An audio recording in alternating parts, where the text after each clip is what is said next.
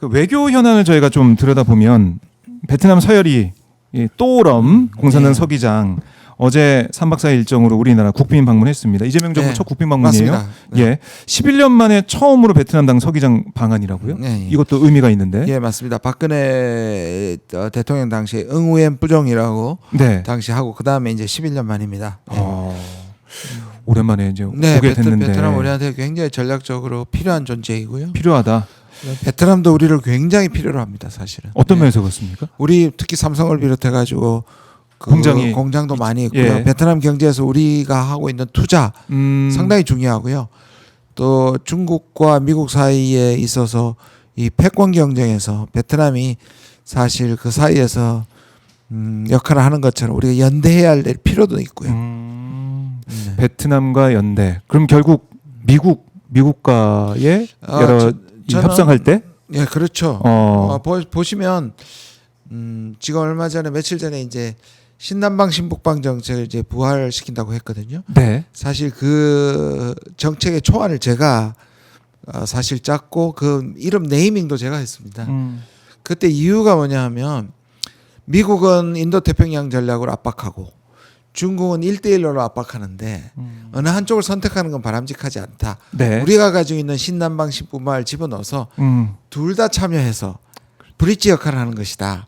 그렇게 봤을 때 아세안이나 특히 베트남은 거기에 우리와 뜻을 같이 할 가능성이 굉장히 많거든요. 그리고 문재인 대통령 시절에 그 아세안과 30주년도 했고 이 신남방 정책이 굉장히 잘 됐습니다. 그렇죠. 그런 점에서 그렇고요. 지금 또 경제 협력 부분에 있어서 원자력 협정이라든지 아니면 이제 고속철도. 예. 우리가 또 갖고 있는 노하우이기 때문에 그렇네요. 예, 그런 부분이 그래서 굉장히 중요한 미디어의 주목을 많이 받지는 못하지만 중요한 방문입니다. 그렇네요. 그러니까 베트남 같은 경우는 이게 영토가 길잖아요. 길게 돼 있는데 네. 그걸 고속철로 쭉 한 번에 갈 수 있다. 맞습니다. 네. 그러면은 베트남 사람들 입장에서도 굉장히 기대하는 바가 있을 것 같고. 그렇죠. 저도 베트남 여행을 해봤는데 그때 네. 슬리핑 버스라고 버스를 타고 쭉 갔다는 예. 힘들게 갔던 기억이 그렇죠. 있는데 예. 이제 철도로 연결해서 갈 수 있다. 우리가 사실은 많은 원조나 또는 차관을 통해서 네. 죄송합니다. 예. 그 도로도 많이 깔아줬고요. 사실 산업도로 같은 부분에 우리 기업들이 굉장히 많고 네. 또 한국의 새마을 운동을 배우겠다는 또 베트남에 또 열심도 있었고요. 네. 그리고 이제 박항서 감독도 거기서 네, 맞습니다. 많은 역할을 쌀딩크. 네, 예. 지금도 김상식 아닌가요? 김상식 감독이 있나요? 베트남에 있었나? 그랬던 것 같아요. 23세 지금 아마 23세인가요? 23세 아마 감독을 예. 하고 있습니다. 아. 꽤 인기가 있다고 생각합니다. 인연이 이어지고 있군요. 그렇게. 예, 맞습니다. 그래서 오늘 뭐 정상회담 그다음에 국빈 만찬 여러 가지 행사들이 진행이 되는데 네.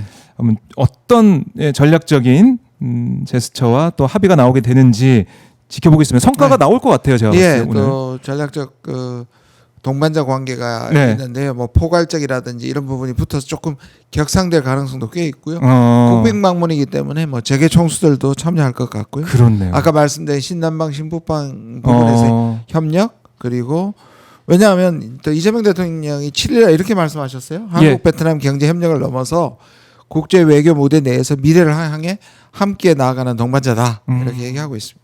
그래요. 그리고 이제 베트남 언론과 인터뷰에서 경기도 다낭시라는 언급도 재미있는 또 언급. 사돈 나라.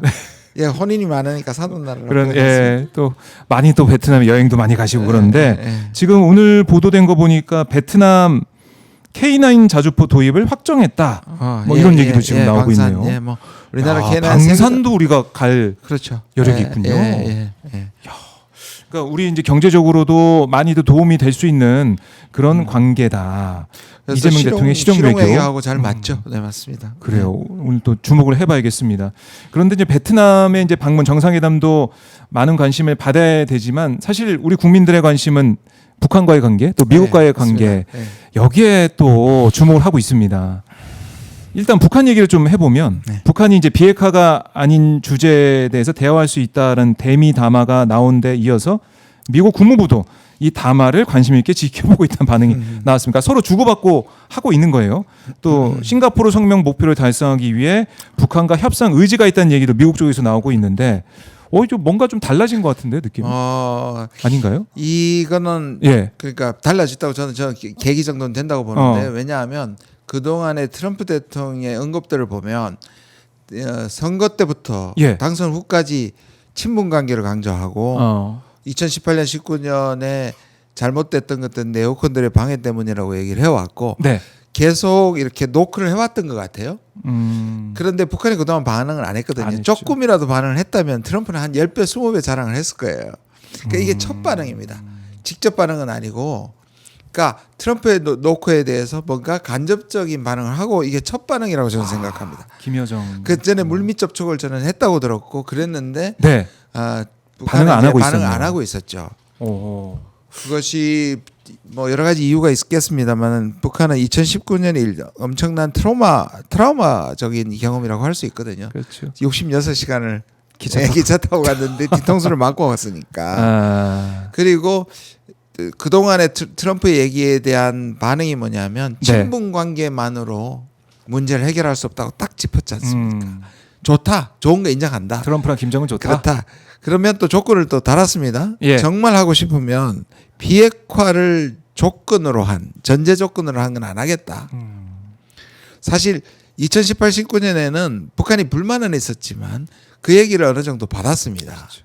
근데 지금은 이제 안 하겠다. 아. 그러면 대화할 수 있다니까 너무 희망을 가지거나 뭐가 풀릴 거라는 정도의 계기는 아니지만 일단 반응을 했고 네. 또 동시에 남북 관계도 지금 확성기 이제 멈췄다가 이제 어제 아예 우리도 이제 폐기하니까 예. 철거했습니다. 네.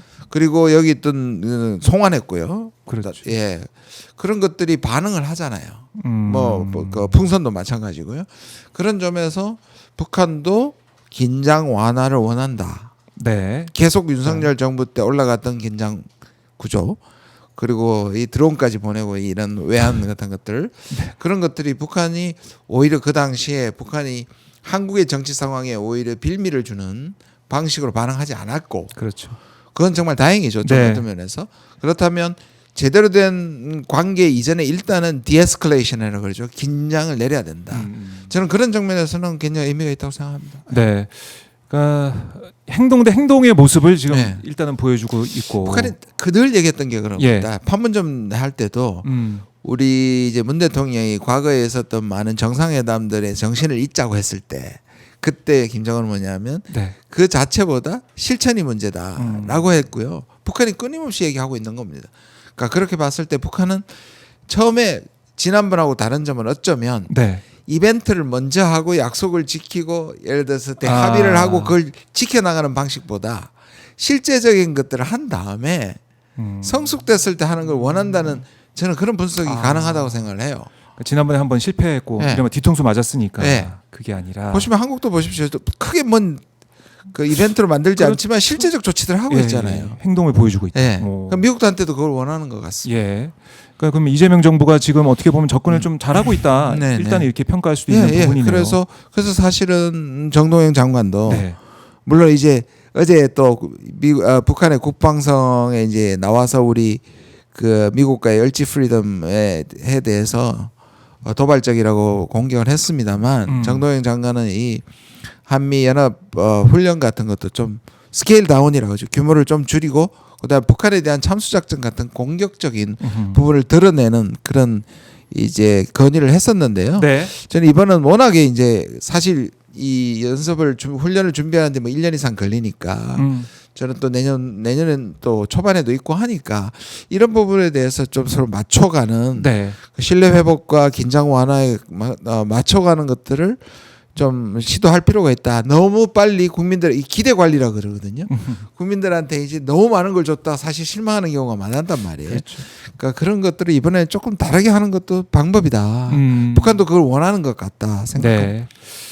조용히 이제 가고 있고 뭐 이제 미국의 움직임도 이제 북한이 이제 주시하고 있을 텐데 네. 미국도 어떻게 보면 북한 문제도 좀 풀고 싶어하는 그런 생각이 있을 거 아니겠습니까? 네, 그렇습니다. 트럼프 생각은? 제가 그런 말을 한번 드린 적이 있는데 네. 트럼프 대통령이 의외로 평화 강박증이거든요.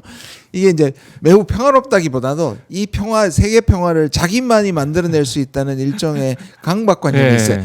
그래서 취임 선서의 취임사에 마지막에 나는 피스메이커가 되는 대통령이 되겠다고 했고 실제로 어제도 보면 이 뭐 캄보디아 어제 같은 경우 이제 아르메니아, 아제르바이잔이라든지 그다음에 또 어디죠? 콩고하고 르완다 했죠. 캄보디아, 태국 했죠. 인도, 파키스탄 했단 말이에요. 피스메이커네 진짜.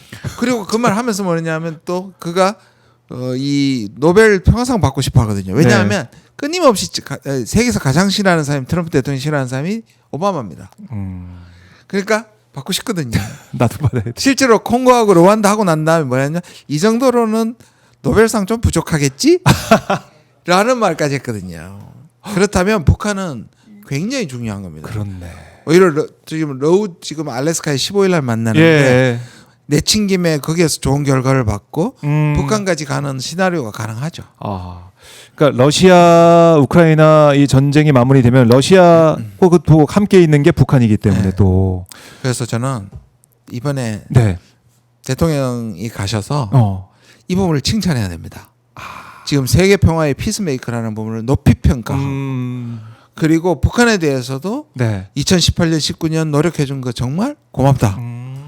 그리고 이번에도 북한에 대해서 그런 손을 내밀었으면 좋겠다. 오히려 그 부분을 띄워주는 게 다른 협상에도 매우 유리하다. 트럼프의 가장 좋아하는 거. 칭찬받는 거. 예, 꼭 예. 혹시 정부 관계자가 들으시면 이거 중요합니다. 예, 꼭 그렇게 하십시오. 예, 칭찬해 주세요. 트럼프 칭찬해 주세요. 이거 중요한 부분을 짚어주셨습니다. 근데 이제 한미 정상회담 얘기로 넘어가 보면은 25일쯤 있을 거라고 얘기가 좀 나오고 있는데 모르겠어요. 이제 좀 불안한 부분이 주한미군 이 역할 또 이 제이비어 브런슨 주한미군 사령관이 국방부 기자들과 8일 만나가지고 주한미군의 변화가 필요하다라고 생각하면서 숫자 간의 능력이다 이런 얘기까지 했어요. 네, 제가 가장 걱정하는 부분이고요. 사실 관세보다 더 걱정이 되고 제가 지난 4월 29일 날 대만 유사시에 한국 불개입 촉구하는 결의안을 내어놓고 지금 계류 중인 이유도 제가 이걸 예상했고 다른 점은 지난 20년 동안 사실 이게 2002년부터 23년이잖아요. 럼스펠트 그때 당시에 부시의 국방장관부터 시작했던 소위 말하는 전략적 유연성입니다. 이게 뭐냐면 주한미군이 북한을 지키는데 묶여 있는 게 아깝다. 미국은 그럴 수 있죠. 그럼 이걸 빼가지고 어떻게 쓰느냐의 문제인데 중국하고 대결하겠다는 거잖아요. 그러면 우리가 미국하고 합의한 한미 상호 방위 조약은 서로가 공격받았을 때 특히 한국 같은 경우에는 한반도의 평화를 위해서 대북 억제를 위해서 인계철선인데 그 역할을 넘는 거에 대해서는 국민한테 물은 적이 없어요. 왜냐하면 주한미군이 그렇게 확정되어서 만약에 하게 되면 한국군은 지금 전작권에서 같이 딸려가고요. 그러면 최악의 경우 대만의 유사시에는 한국군이 군대가 우리 젊은 군대가 대만을 갈 수도 있단 말이에요. 이거는 국민한테 물어야 된다. 그런데 문제는 지금 브런슨이 아예 그 히어링 그 상원에서 청문회 때부터 이걸 아주 강조하고 뭔가 이거를 하겠다고 이게 기대를 지금 든 것 같아요. 그러니까 기자간담회까지 하고 이거. 예, 엄청나게 적극적이고요. 상원 청문회에서 아주 예민한 말을 했잖아요. 그러니까 이 한국이 중국 앞에 놓여 있는 항공모함이다. 이 전쟁 기지로 삼고 싶다는 얘기거든요. 이건 사실 저는 그때도 얘기를 했습니다. 여기는 한국의 외교부나 이 청와대에서 용산에서 사실은 이거를 짚어야 되고 이건 말이 안 되는 건데 이분이 오셨어도 지금 계속 그 얘기를 하고 있고 말씀하신 것처럼 그 얘기를 했단 말이에요. 사실은 트럼프하고 미국 군부가 좀 달라요. 트럼프는 쉽게 얘기하면 돈으로 때우라예요. 군부는 몸으로 때우라예요. 제가 설명을 드릴게요. 트럼프는 분담금하고 국방비를 올리라는 거잖아요. 그렇죠. GDP에 아니면 철수하겠다는 거잖아요. 그래서 왜냐하면 트럼프는 한국이나 동맹국들을 무임승차국이라고 생각하니 이제부터 돈 내라는 거예요. 뭐 여기에도 비판하겠지만 이제 트럼프 생각을 말하면 그렇습니다. 비즈니스맨이니까. 그러나 군부는 20년 동안 말씀드린 것처럼 제이비어 브랜슨이 청문회에 또 한 가지 말을 했어요. 그게 뭐냐면 거리의 폭정이다. 이 말은 뭐냐면 너무 멀다 미국이 중국을 견제하기에. 그래서 한국과 일본이 필요하다. 그러면 이분이 뭐 생각하는 것은 이제 대북 무기가 아니라 대중 억지, 대러 억지를 위해서 이 동아시아의 군을 주한미군뿐만 아니라 그래서 사실 한미 동맹까지 가려고 했던 게 그 군부가 지금 군부예요. 그래서 저는 이재명 대통령이 되는 것을 가장 우려했던 부분이 뭐냐. 그리고 그 얘기를 계속 군부나 공화당 아직도 상원의원들은 얘기하고 있거든요. 네. 그리고 탄핵소추한테 기억나시죠? 네. 미국과 일본에 너무 경도됐던 외교를 얘기하니까 미국에서 항의해서 뺐습니다. 그거. 그러니까 이 군부는 한미동맹과 그다음에 미일동맹을 이용, 특히 아시아판 나토까지 확대해서 최근에 맞아, 그런 필리핀도 그랬잖아요. 예. 이 부분을 제가 아까 말씀드린 것처럼 우리는 관세 압박보다 더 큰 걸로 받아들여야 된다. 그렇네. 이 압박이 아마도 트럼프의 그 분담금이나 방위비 얹어서 네. 아마 한미 정상회담에서 압박이 시작될 것이다. 이거 어떻게 우리가 그러면 대응해야 될지. 지금 브런슨이 뭐라고 얘기했냐면 이제 명시적으로 한국이 입장을 밝혀야 된다. 아하. 자, 이건 진짜 압박이 정말 실질적으로 지금 들어오는 건데 우리 정부가 대응을 잘해야 된다. 뭐 이거는 지금까지 당연한 두 얘기지만. 가지입니다. 보수 정부 때는 그냥 딸려갖고 네. 실제로 한미일 윤석열은 한미일 동맹까지도 생각했었지 않습니까? 그렇죠. 그러면 진보 정부는 어떻게 했냐면 다 이게 국내적 파장을 우려해가지고 좀 뭐랄까요 로키로 쉬쉬하거나 모호한 전략으로 나갔단 말이에요. 그럼 미국이 지금 명시적으로 하라 그랬을 때 이제는 우리가 어디까 한미 동맹이 한계가 어디라는 것들을 네. 우리가 스스로 밝히고 우리가 이거를 정립할 필요가 있습니다. 그리고 정 안 되면 이거 국민한테 물어야 되는 겁니다. 지금까지는 밀실이나 로키로 했지만 이거는 우리의 운명이 달려 있단 말이에요. 그리고 국민들은 저는 어느 누구도 미군이 중요하지만 우리가 대만 왜냐하면 대만은 미국의 합법적 영토가 아닙니다. 한미 상호방위 조약까지 바꿔야 돼요. 심지어 트럼프가 얘기하고 있는 SMA도 그거 바꿔야지 트럼프가 원하는 만큼 올려줄 수 있거든요. 예. 그러면 그것 역시 방위보장금. 국회 통과해야 됩니다. 그러니까 국회를 통과하거나 국민투표해야 되는 사안인데 예. 그걸 분명히 가지고 국민을 믿고 가야 하고 국민들은 내란 때 이 정부를 지금 정부가 탄생하는데 도움 준 것처럼 저항해내야 되는데 미국의 극우와 한국의 극우가 이 부분에서도 엄청나게 흔들어댈 겁니다. 우리 국민들이 이제 좀 특검 사법 김건희 구속되는 거 보면서 신화했더니 중요한 한미 정상회담이 지금 눈앞에 있네요. 예. 저는 뭐 이번 그거에서 모든 상세한 요구 사항들을 막 받고 이렇게 푸시 뭐 안 할 거라고 보지만 워낙에 뭐 한국의 이 법이라든지 이런 것들을 무시하고 그 앞에서 트럼프가 모든 것들 자기 마음대로 일방적으로 끌어가는 성격이 있으니 저는 이 부분에 대해서 대비를 해야 될 것 같고요. 네. 오히려 역제안으로 아까 말씀드렸잖아요. 트럼프는 돈이고 군부는 몸이잖아요. 그렇다면 이 사이에서 트럼프가 좀 낫습니다. 오히려 트럼프의 역제안을 해서 줄이고 싶어요? 줄여도 돼요. 우리가 재래식 무기는 북한을 압도하고 있잖아요. 그럼 결국 확장 억제. 그렇죠. 미국의 핵무기 핵우산을 제대로 확보하는 거고 그다음에 지금 우리 있는 이 주한미군은 아주 전형적으로 너무 낙후된 군인입니다. 왜냐하면 그래요? 대북 억지니까 주로 지상군이고 네. 여기 공군도 F-35 중심이 아니고 F-16에 낙후된 거예요. 실제로 주한미군은 미군의 여기에 대해서 인계철선으로 한국에 대한 심리적 확신, 그다음에 신뢰를 주기 위해서 존재하거든요. 그러면 우리는 과감하게 감축해라고 해도 됩니다. 그거를 이 핵우산 중심으로 그러니까 우리가 그러려면 우리가 전자권을 가져와야 되잖아요. 뭐 그렇죠. 근데 브런슨은 전자권도 지금 안 준다고 하잖아요. 다 가져가려는 거예요. 돈도 더 내라. 실제로 전략적 유연성도 확보하겠다. 전자권도 못 주겠다. 이거는 안 되는 거예요. 그래서 이걸 두고 이 주장 군부의 주장이 이제 세게 나오고 있는데 이걸 두고 우리가 잘 설득을 하고 돈도 좀 올려줄 수밖에 없으면 그 좀 올려주면서도 지켜내야 된다. 지켜내야 되고 그럼 우리 입장이 명확해야 되겠죠. 그렇네요. 그 부분에 대해서 논란을 공론화하고 그다음에 국회에서도 그렇고 지금 저는 미국이 저렇게 빨리 나올 때 우리 관세도 그렇잖아요. 버티는 거잖아요. 너무 빨리 약속하면 안 됩니다. 트럼프는 유한하고요. 그리고 그런 부분에 대해서 버티면서 국론을 모아서 제대로 대처해야 된다. 이거를 얼렁뚱땅 가서는 우리 미래를 이거를 그 인질하는 것이 인질로 잡는 것이다 저는 생각합니다. 굉장히 심각합니다. 심각한 문제군요. 이걸 계속해서 공론화하고 우리 국민들이 의견을 모아내야 된다라는 건데 지금 보니까 워싱턴 포스트가 보도한 내용 보니까 미국이 원래는 이제 방위비, 네. 국방비, 우리 이제 국방비를 현재 GDP 2.6%에서 3.8%로 늘려야 한다는 요구가 네. 적혀 있었다는 거예요. 초안에는. 예. 뭐 그 얘기는 없었다고 우리 정부는 일단 당시에는 그렇게 얘기하고 있지만 이번에 다시 등장할 수도 있고.